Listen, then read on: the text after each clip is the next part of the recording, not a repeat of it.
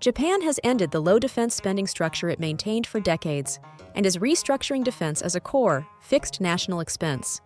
This marks a clear shift in how defense is positioned inside Japan's economic framework. For years, Japan held defense spending at around 1% of GDP, effectively limiting how much of its total economic output could be committed to military purposes. That long-standing threshold is now being surpassed. Japan is moving beyond the former 1% level and building toward a structure closer to 2% of GDP through long-term planning. Using GDP as the benchmark matters because it defines a permanent share of the economy, not a temporary increase in yearly spending. Defense spending is no longer treated as a short-term adjustment within the annual budget. It is organized around 5-year capability plans that focus on areas requiring continuous investment. These include long-range response capabilities, missile defense systems, intelligence and surveillance assets, advanced communications, unmanned platforms, and ammunition stockpiles. Once spending is directed into these categories, defense costs become embedded in the system. They shift from being flexible to being structurally sustained. And this change does not remain limited to Japan. It connects directly to the U.S. defense supply chain, alliance cost-sharing structures, and global financial markets.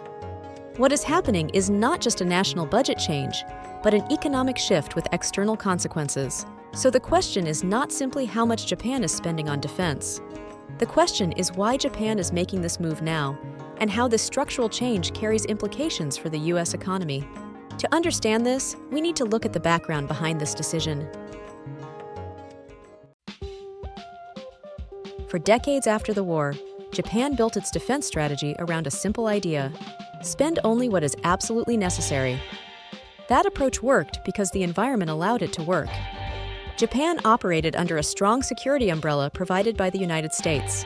At the same time, East Asia experienced a long period of relative stability, with limited direct pressure on Japan's immediate security environment. Within that setting, Japan made a clear national choice. Defense was treated as a constraint to be managed, not a sector to be expanded. Economic growth, industrial development, and export competitiveness came first. By keeping defense spending at roughly 1% of GDP, Japan was able to control long-term costs. That decision freed up fiscal space for manufacturing, technology investment, infrastructure, and social development. The result was an economy optimized for growth rather than for sustained security spending. This was not an ideological stance against defense. It was a rational strategy shaped by the international conditions and economic priorities of the time. Low defense spending was not a weakness in that context. It was an efficient allocation of resources. But structures built for one era do not always hold in another. Over time, the assumptions that supported this model began to shift. What changed was not a single event, but how risk was being perceived. Japan started to see a steady increase in maritime and aerial activity across its surrounding region. That shift carried a direct cost. Monitoring and response were no longer occasional requirements, they became constant operations. Existing defense systems were built around limited coverage and short response cycles. They were designed to react near Japan's immediate territory, for short durations and in isolated situations. They were not built for continuous monitoring and response across wider areas, or for operations that needed to stay active day after day. As activity expanded farther from Japan's coast, response distance and response time became critical. Covering longer ranges meant more sensors, more platforms, and more systems operating at the same time. A problem that once ended quickly now requires continuous personnel, equipment, and funding. Another pressure point emerged in the early stages of response. Gaps in intelligence, surveillance, and communications created the risk of delayed detection. When early response fails, the cost is no longer measured only in security terms, but in economic disruption and recovery expenses. This changed the calculation. The focus shifted away from how likely a crisis might be. What mattered more was how large the economic loss would be if one occurred. From that perspective, defense spending was no longer viewed as optional. It began to be seen as an insurance cost, a way to protect the broader economy from outsized damage. These changes did not redefine security alone. They altered how Japan evaluated cost, risk, and long-term stability across its entire system. These shifts in security perception would go on to influence how Japan thought about its economic structure as a whole. At that point, defense was no longer viewed only through a security lens. The decision process itself became economic. Japanese policymakers began weighing defense spending against long-term fiscal realities. They were no longer looking at defense in isolation, but as part of a budget under growing structural pressure. Japan's population was aging, and each year that shift pushed Social Security costs higher. At the same time, long-term growth prospects were slowing.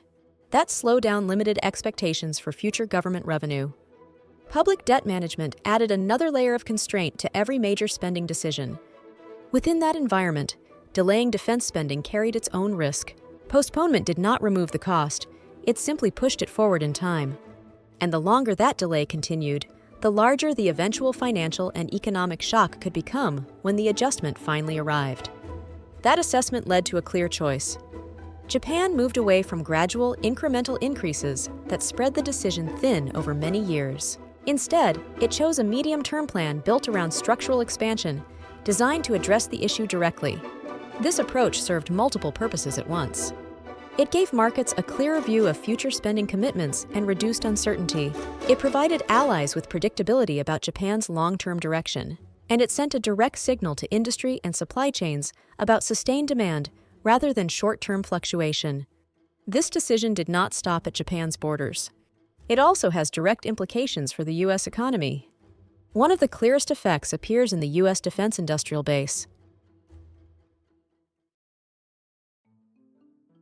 As Japan expands its defense spending, contracts with U.S. defense manufacturers increase. These are not one-time purchases. They are long-term arrangements that include joint development, licensed production, and ongoing maintenance and support. That structure matters for the U.S. economy. Defense manufacturing in the United States is concentrated in specific regions, and sustained overseas demand helps keep those production lines operating. Long-term contracts create predictable revenue, which supports stable hiring, long-term planning, and capital investment. The impact extends beyond major defense firms. Suppliers of components, materials, software, and specialized equipment are drawn into the same demand cycle. What begins as defense spending in Japan moves through multiple layers of the U.S. industrial supply chain. There is also a U.S. cost burden dimension. As Japan assumes a larger share of defense spending in East Asia, part of the financial burden that the United States previously carried on its own is reduced. This does not remove U.S. defense costs, but it can slow the pace at which U.S. spending pressures increase over time. In that sense, the effect on the U.S. economy is not about short-term growth acceleration. It is closer to structural stability. More predictable industrial demand, steadier employment in key sectors, and improved long-term cost management for the United States within alliance structures. But this choice does not leave only positive effects on the U.S. economy. The same structural shift that creates stability in some areas also introduces new pressures in others. Japan's defense spending expansion also increases pressure on Japan's public finances. As spending rises, fiscal flexibility narrows, leaving fewer options across the broader budget. Over time, that constraint increases reliance on government bond issuance to meet other obligations. As bond issuance rises, borrowing needs expand. Higher borrowing can influence interest rate expectations, and shifts in those expectations often affect currency movements. What begins as a domestic budget decision can therefore turn into broader financial volatility. These financial effects do not remain confined to Japan. They influence global market sentiment. They shape capital flows, investor risk appetite, and pricing conditions across international markets. For the United States, this matters through financial channels. Changes in global bond supply and demand can affect interest rate conditions and demand for U.S. Treasuries. Currency expectations formed abroad can influence movements in the U.S. dollar. Together, these shifts can alter investment risk premiums, even without any direct policy change in the United States. There are also domestic structural considerations inside the U.S. economy. Economic gains linked to defense demand tend to concentrate in specific industries and regions. Because defense production is capital-intensive and geographically concentrated, its benefits do not spread evenly across consumer-driven and service-based sectors. As a result, some parts of the economy gain stability, while others see little direct impact. In other words, the benefits come with trade-offs. Industrial stability and cost sharing are accompanied by financial exposure, sector concentration, and uneven economic spillovers. Ultimately, this shift shows that Japan's defense spending decision is structurally linked to both benefits and risks for the U.S. economy, rather than being a short-term fluctuation. That raises a broader question. What does this decision actually mean for the United States? Viewed through that lens, Japan's defense spending expansion cannot be understood as a policy change confined to one country. It directly influences how demand is formed within U.S. manufacturing sectors. It also feeds into global financial market dynamics that shape capital flows and pricing conditions. Over time, it alters how costs and risks are distributed within long-standing alliance relationships. This moves the issue beyond a narrow discussion of defense policy. It becomes an economic shift in which production, financing, and risk allocation are rebalanced across economies. Decisions made in one country move through supply chains, balance sheets, and financial markets in others. Japan may be geographically distant from the United States, but economically, this change is closely tied to U.S. outcomes. So Japan's recent decision is not simply the choice of another country far away. It is a development that is tightly connected to the structure, performance, and risk profile of the U.S. economy today,